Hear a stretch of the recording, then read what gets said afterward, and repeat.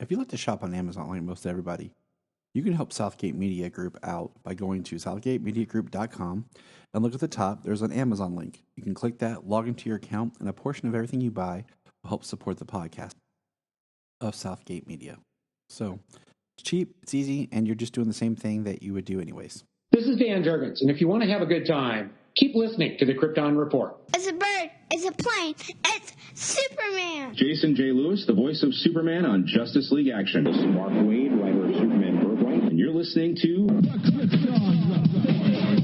the All Things Kryptonian podcast, including Superman and Supergirl. We discuss games, movies, cartoons, TV shows, and comics. Find us on Facebook, Instagram, YouTube, and Twitter.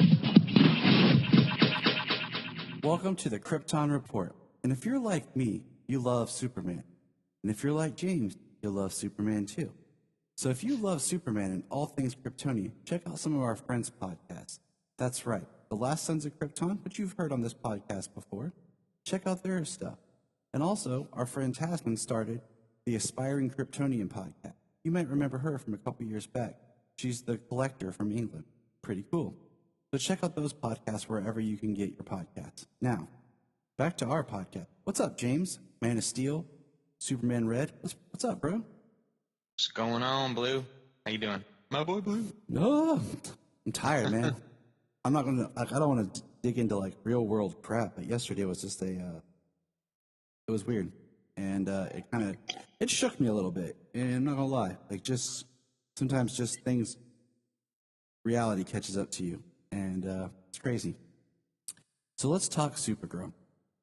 And I think this episode, Season 6, Episode 4, Lost Souls. Let's just kind of do it like we did last time. Like I wrote my notes this way.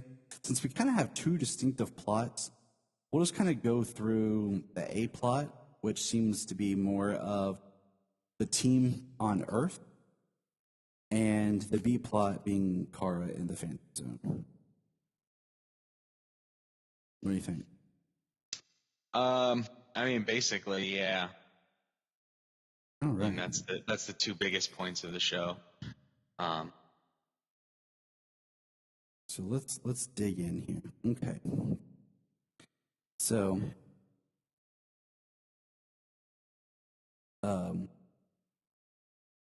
first of all, I just want to put in like just a thought like I have going on that we can dive into more later, but I just want to put this bug in your ear, and we'll come back to this point later. Just like Kara Zor-El in the show versus Kara Zor-El in the comics, and how she's a very unbalanced character because they carve out an identity for her, but then they change it throughout comic history. Keep that in the back of your mind, and we'll revisit that another day. All right, here we go. So we have this really interesting thing where we're inside Magan's mind. And we're learning that, and Phantom Prime has a layer, and I'm calling him Phantom Prime because it sounds cooler than Prime Phantom. Okay? Just throwing that out there for everybody. And Magan is still attached to him. And as Brainy says, she's 18% Phantom. Love how he gets that percentage. And I'm like, okay, this is the Brainy that I like. Smart, quicker, more calculating. And, we have Lena in the tower. She's now officially part of the group, and she's going to help them. And she comes up with basically a prototype, which is basically a Ghostbusters proton pack. And I don't know how someone did not get sued for this. Because when Brainy shoots it, it basically looks like a proton pack. Yes, it does. Looks exactly like a proton pack. Except for the part where it basically just sucks the Phantom inside of it, as opposed to like depositing it into a trap. Yeah, because But the similar effect with just one machine instead of two. Lord knows if you would have done a trap, they really would have been in trouble. Right. would have been like, oh. Brainy apparently loves Ghostbusters, though. Called it the perfect movie. And I was like, that's cool. I also wonder if Lena's, out of Lex Luthor Corp and everything, who's bankrolling John's new stuff? Like him and his like new tower, his, his team. Like, where's this money coming from? It's his detective agency that he does nothing with. Exactly. Like, I'm sorry, man. Like, I understand. Like, you can make good money off being a private investigator and detective for aliens, I guess. Maybe aliens just have more money because they're smarter or something. That's why, everything works the way it does. But I was just kind of like, man, that's some nice tech there, Lena. I thought you were going to, I'm sure she has some savings or something that she can tap into or whatever, but, I'm just at that point where I watch stuff. I'm like, how do people afford things? Okay. Like, I'm at that age where, like, I'm thinking that in the back of my head every time I watch something like, or on shows, like, where they try to make jokes about having no money, and I'm like, no, like, have money. Yeah, you do. Like, I always get, like, I told you, like, we're watching The Big Bang Theory, and I'm like, one episode, Bernadette talks about how much she gets paid at her job and how ridiculous amount of money she makes. And then the next minute, they talk like they're broke, poor, can't spend money, and how having a kid's going to break them. I'm like, something's not adding up. Well, if they spend that type of money on the kid like they have themselves, especially Howard, it would break them. True. And then I'm just like, yeah, like, it's like the people writing this show don't understand money or something. Because, you can't tell me that Bernadette's making a crap ton of money, more than Howard, but yet they're talking about how, like, oh no, we can't survive. Or the fact that Howard makes a joke about not having life insurance. Every big company, offers life insurance with their packaging. So him and Bernadette would have life insurance. Like, oh yeah, her company would definitely offer life insurance, and so would the university. So it's not even funny, because I'm just like, that's not funny. That doesn't make sense. That would just automatically happen.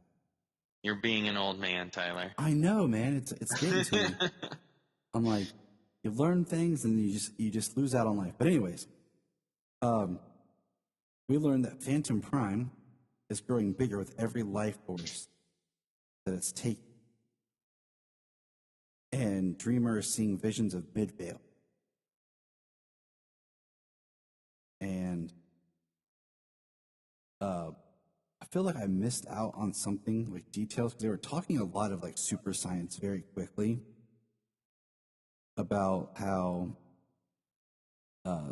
what they're trying to do with like sucking the energy back, that if they can do this, then the people who were phantoms basically would revert to being human again. Yeah, if they could release the life force from the Prime Phantom's chrysalis, where he stores the life forces that give him his power. And I saw like basically a life force is leaving a body where they were trying to save it, and McGann goes flying, and we find out that she gets too close to the chrysalis or the Prime Phantom, where part of her soul still resides, because the part that's in her is John, so it became like magnets repelling each other, and she like passes out. And I was like, oh, okay, this is some very quick pseudoscience I'm having to take in really fast, and just like, okay, just go with it, don't think about it, just go with it. Nope, Tyler, don't think too hard, just roll. Oh, absolutely. They've been doing that a lot, especially with Lena and Brainy on the team. Mm-hmm. And then you've got, obviously, Dreamer's dreams and what do they mean. And then we've got these Martians and phantoms and the souls trapped in the chrysalis. If Prime Phantom doesn't yell, "Your soul is mine," I'll be upset. That was last week, Tyler. It still is resonating. Definitely, it is actually, because he does say that your soul is mine. Give me your soul now. I do like that Brainy is comfort eating donuts hardcore. Yeah, he is. He's just like He is eating his feelings. he's like, I'm not comfort eating. I can stop whenever I want. I'm giving this donut. I'm just like, man. He waits for Nia to walk away. He kind of looks to make sure she's gone, and then he scarfs down another donut. No one will see me. Yum. It was hilarious because I get it, bro. I totally get it. Now, I did find this line very, I don't know if I want to say tasteless. And if you know what I'm saying, then you might be following with me. But Jean says, if they don't stop Phantom Prime, it'll cause a global pandemic. Yeah. That definitely strikes a chord. I was like, really, man? Like, I feel like this is that time where like we inadvertently like try not to like reference real world stuff. Like we just That has never been Supergirl's thing, though, man. They've always referenced real world things. I agree. I mean, hey, if you watched Shameless this last season, they embraced COVID as part of the show. So, I mean, and that's a different tone of a show too, you know. Well, entirely, but it's just like, you know, after 9/11, everyone's a little bit more hesitant about making what do you call it? Any kind of like references or anything that like really yeah, to buildings or planes crashing, that type of stuff. Yeah. you were just kind of at a point where like, you know what, we're just gonna back off a moment. Like, hey, it just kind of caught me. And you know what else kind of caught me? Sentinel needs goggles or glasses of like tech glasses or something. It's just the makeup over the eyes. You know, this isn't Arrow season 1. It's kind of jarring. This doesn't feel as cohesive. Like, it feels like something's missing. You know, like if she had something over her eyes, kind of like the way Dreamer has those goggles. Like if she had like some sort of like tech glasses or goggles or something, it would help me. I was just like, man, I'm looking at her like, I feel like something's amiss here. So they're going to use Kara's goodbye, like video crystal or whatever, to help locate her in the Phantom Zone with Lena's tech to pull her out. But what happens is they end up using it to stop Phantom Prime. And, you know, there's a really great scene of not Kara, but Alex and Lena discussing Kara and how Lena basically does the "it's all my fault" speech. You know, it's my tech that got her here. It was my accident that made this happen. My relationship, and how Lena has to save Kara. Yeah. Which Katie's real voice comes through during this scene. Emotionally, she breaks up her American accent, and her real voice comes through. That's awesome, because I think she's pretty dope. I liked her. I want to revisit Merlin, I'm sorry. The show where she was Morgana. Ooh, nice. I have that on my list actually on Netflix to watch, so I gotta check that out soon. But yeah, I think she did an amazing job there, and that scene it's powerful. And then Alex, he knows, I'm inspired by Kara. I'm inspired by Kara to make the right choice, and I'm going to do this because it's what she would do, and we'll save everybody else before we save Supergirl. You know, and Lena's like, how can you do that? Like, how can you do that not to save her? And Alex is like, that's what she would do.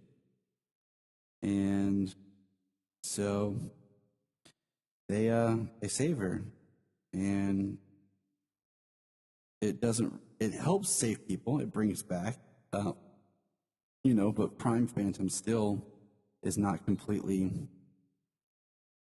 stopped, but they find another way. Because how do they word it? Prime Phantom hunts, like he's a hunter, and They call him like a bloodhound. yeah, basically, if they give him the scent of Kara, he can track it to wherever it is.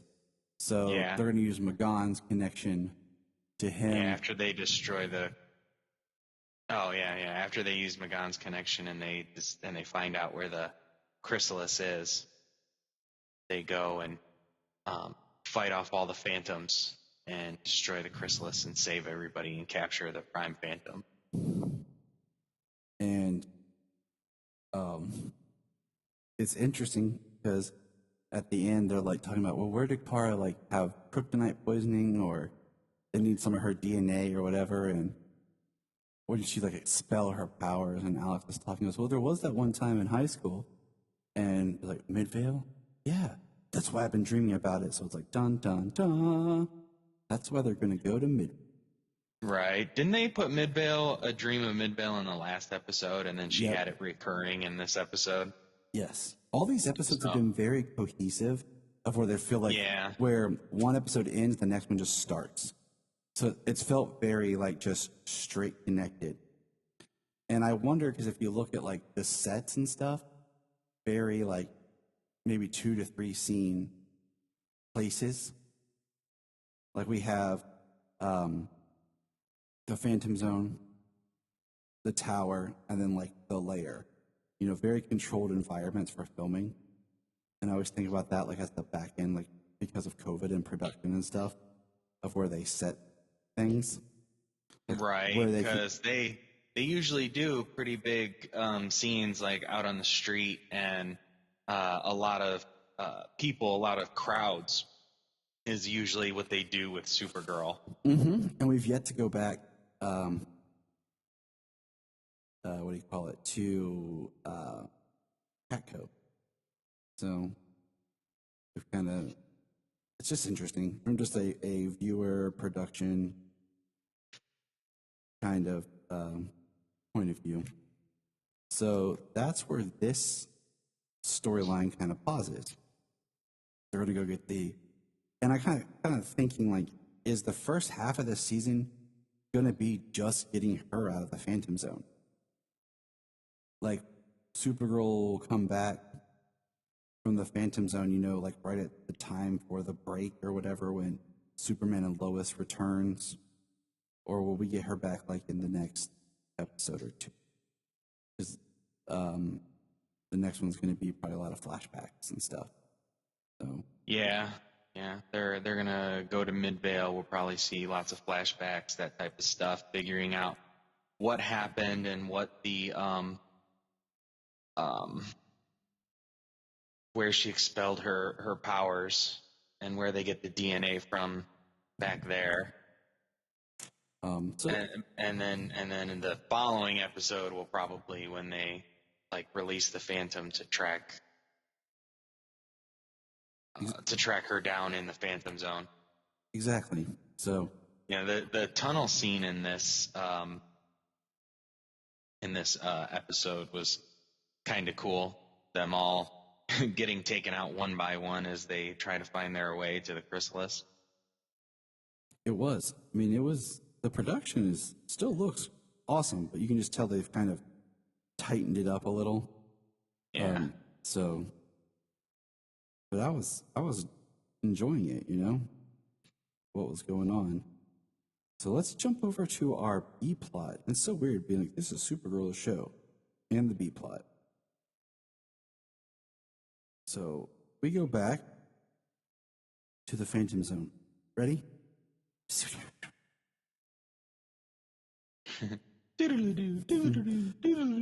Which way are you going this time, James? Diamond, portal, space, phallic object. I'm going portal. So now That's what they use on this. Maybe a projector. Yeah. I'm We're going via projector. Bam. All right, here we go. we're in the wasteland that is Ohio. I mean, Phantom Zone. You know, after snow in April. Yeah, fairly similar with the meth heads. They're kind of like phantoms.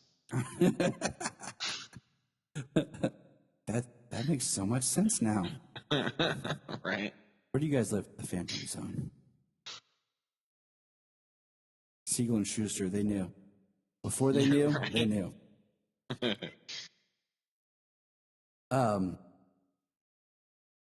So we start where they basically arrive from a portal to that center type console they discussed.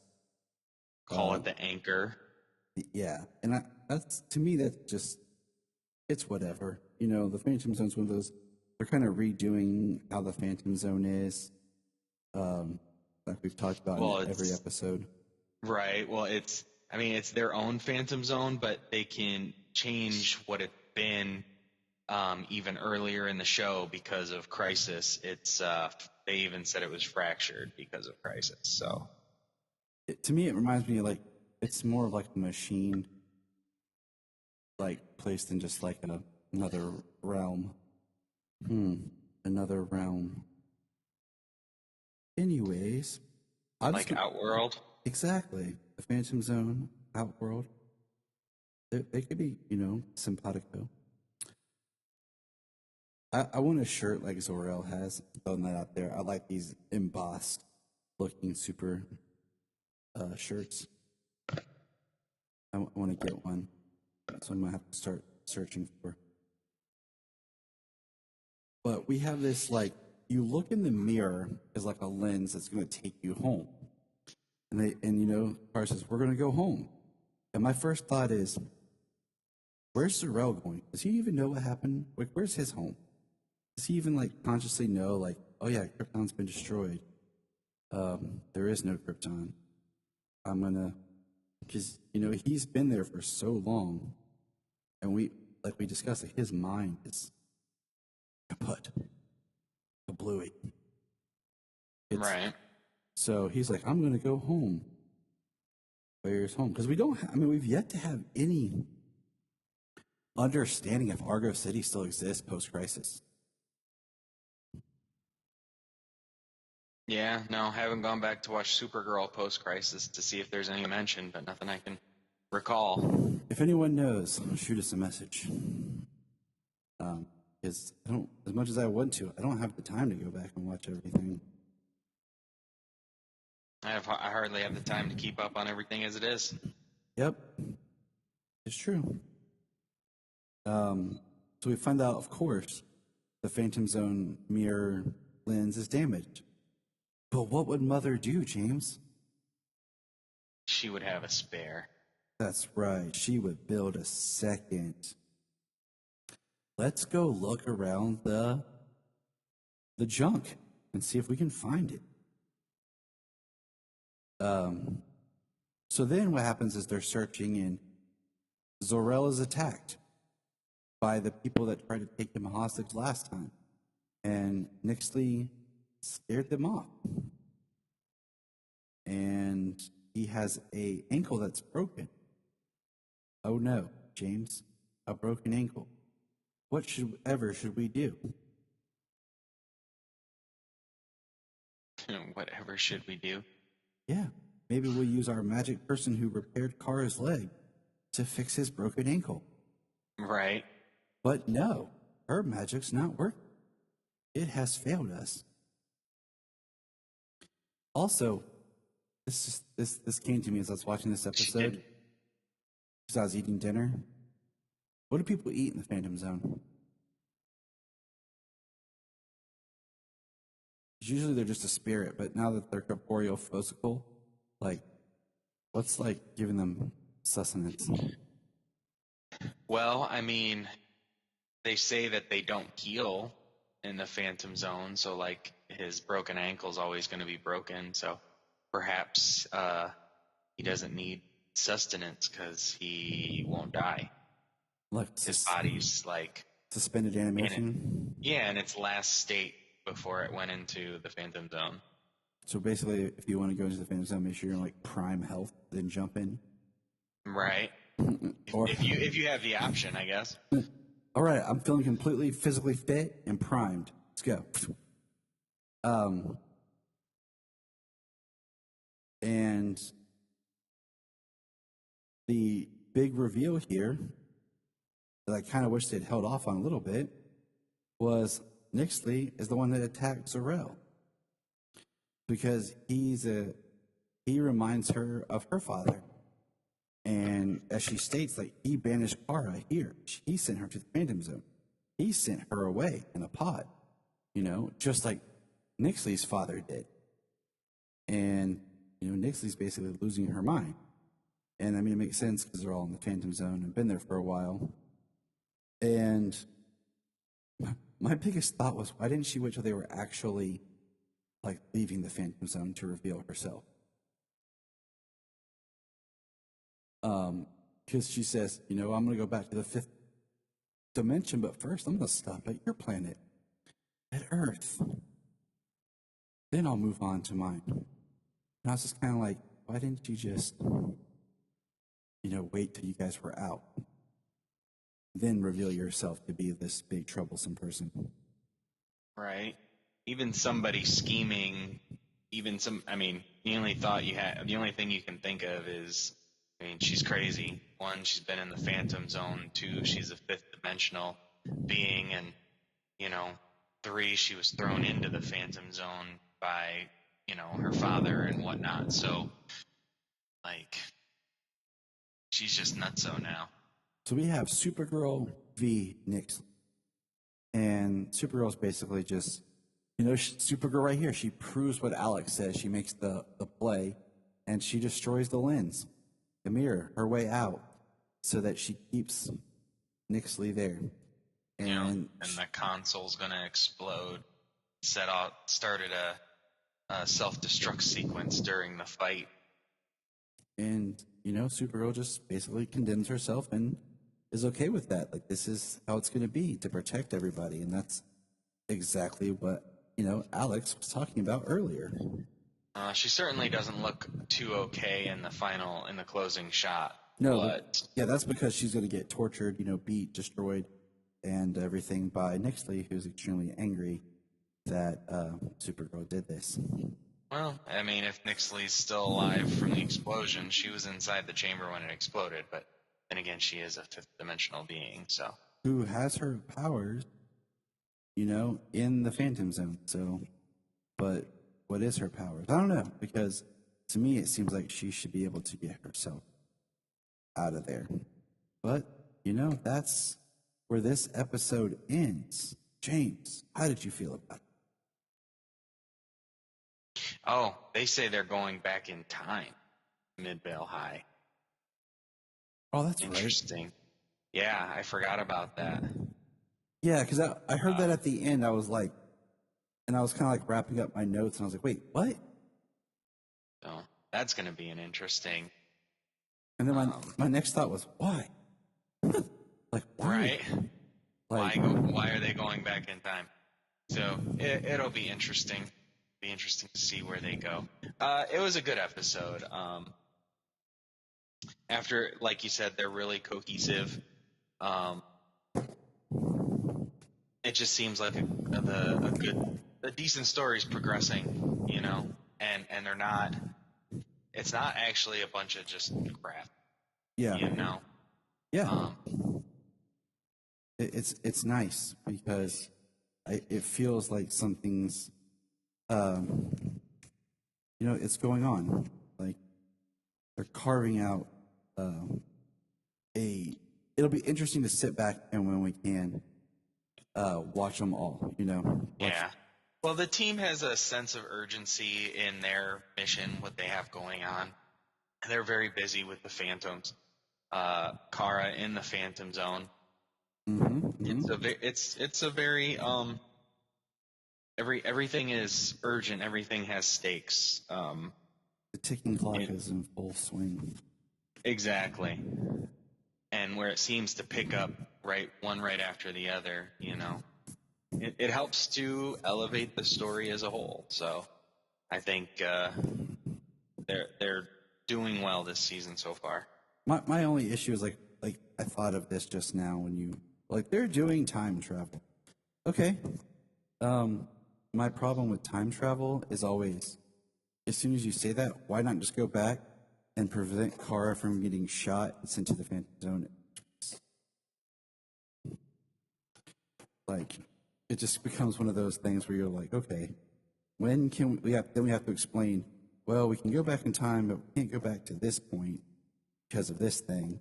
You know, like that whole, like, there are some point in time that cannot be revisited or be altered. They're too important, you know? So then, Right. so that becomes my thought process of, all right, you're just going to go back in time. Why not just go back in time and make sure she doesn't end up in the Phantom Zone? Yeah. But that's neither here nor there. We're on it for the ride, and that's cool. I'm game. Take us there. So, Well, that's why we watch them. yeah, I mean, let's see. Anything else good going on, James? Let's see. Black Adam started production, so woohoo! We are officially getting Black Adam, and The Flash started production, and they revealed the title for the upcoming Flash movie. James, what is it? The Flash. Wow. Incredibly imaginative. Didn't see that kind of coming. just like Iron Man or Thor. Did not see that coming, did we? No, no way. Which is great because I'm glad they did it in a lot of ways, just because now we don't have to have the Flashpoint movie. The Flashpoint movie, you know? Nope, not Flashpoint. It is just The Flash. The Flash, which is where it should. That's where it should be. No matter who else we have in the movie, what the story is going to be, it's the Flash, and that's what we need to take away from that. It's the Flash. Mm-hmm. And let's see, anything else? Tom Taylor is writing a new book that will be entitled Superman, Son of Kal-El. It is a John-driven book, as Clark Superman will be over as part of the Superman and the Authority. So, looking for that. That's going to be great. We had some awesome covers that came out. You check those out. I have, yes. I like just the standard one the best, of just like the recreation of Superman #1. Just this time it's John. Yeah. Instead of Superman. I thought that was just, simple and cool. And let's see. I thought there's something else that we have Tom King's writing Supergirl book. And that's going to be interesting. Yep. And then Grant Moore. Oh, go ahead. No, I was saying Tom King's been very, some people really love Tom King, some have not loved Tom. So, Well, from what I've heard, I haven't read two of his best runs, so I've heard his best writing is Mr. Miracle and Vision, and I haven't read either one of those yet. Heard those are fantastic. His Batman run, some people loved it, some people hated it. I was not over the moon for what I read. I liked a lot of it. Some of it I was like, but that happens. I mean, that's kind of the nature of comics, in a lot of ways. Yeah, exactly. That's definitely the case with characters who've endured for so long. His Heroes in Crisis, there was some really good writing, interesting and really good concepts. Maybe what actually happened is another story, but yeah. I'm going to check it out. I haven't been reading his Batman Catwoman. I do want to check it out, especially since he brought the Phantasm into the series. I like it, but my issue is I feel like some of it is it's like 3 timelines operating at once. I just kind of wish he just would have done a straight story with maybe some flashbacks. So I just think it could have been, I don't know, I think it could have been a little bit better. And then the last thing, and this was odd, Supergirl is on the cover of TV Guide. There's 2 different covers of TV Guide. With Supergirl, it says April 26th through May 9th, 2021. It's the double issue. There's 2 different covers with Supergirl on it, but it's like all promo images from like last season. So like if you've seen like all the kind of promo shots and posters and everything, it's just that from last season. It's just now on what do you call it? TV Guide.